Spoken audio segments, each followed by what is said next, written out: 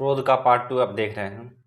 और हम लोग ने बात की थी क्रोध और तंत्र पे कि तंत्र कैसे बहुत दिनों तक रह जाता है, तो उसको कैसे ख़त्म करना होता है हम आपको समझा रहे हैं। मान लीजिए क्रोध अगर आपको आ रहा है कि हाँ नहीं नहीं अपने मान लीजिए आपने किसी को कुछ बोला, यहाँ ऐसा कर दो, सामने वाले ने नहीं किया, फिर आपको गुस्सा आता है कि नहीं ऐसा क्यों नहीं किया। तो आपको तुरंत वो गुस्से पे नहीं आ जाना है कि नहीं नहीं भाई क्यों नहीं किया, क्रोध तुरंत क्रोध में नहीं आना है। उसके लिए पहले सोचना है कि क्यों नहीं किया। थोड़ा सा आप सोचोगे तो समझ में आएगा कि या तो उस टाइम पे वो आदमी बिजी था, या तो उस काम की उस टाइम पे ज़रूरत नहीं थी, और ज़रूरत थी भी तो नहीं हुआ, तो गुस्सा करने से तो हो नहीं जाएगा। और क्रोध करने से अगर काम हो जाए तो फिर कर लो क्रोध, लेकिन क्रोध करने से नहीं होता है।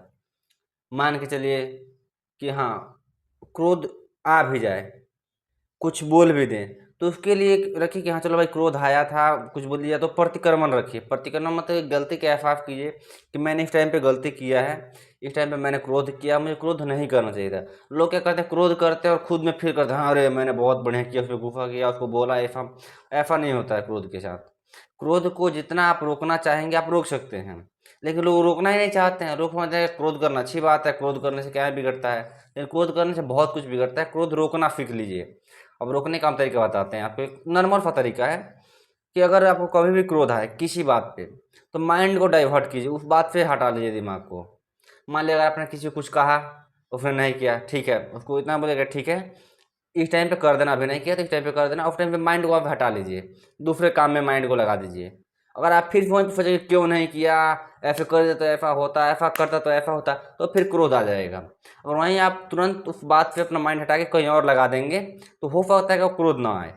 और मान लीजिए चलिए एज सिचुएशन क्रोध आ जाए, आपने कुछ बोल दिया, फिर आपको क्या करना होता है, प्रतिक्रमण। और भगवान से ऐसा बोलना होता है कि अगर मेरे से गलती हो गई तो शक्ति दी कि मैं ऐसा दोबारा ना करूं। ऐसा नहीं कि हाँ मैंने किया तो खुद पे वो करना है, मतलब अपने आप को समझना है कि नहीं मैंने बहुत अच्छा किया, ऐसा कुछ नहीं समझना है। प्रतिक्रमण करने के ऐसा दोबारा ना करें। और अगर ऐसा होता है तो एक बार, दो बार, तीन बार वो क्रोध आएगा, 5 बार, 10 बार आएगा, 11वां बार से वो क्रोध आना बंद हो जाएगा प्रतिक्रमण करने से।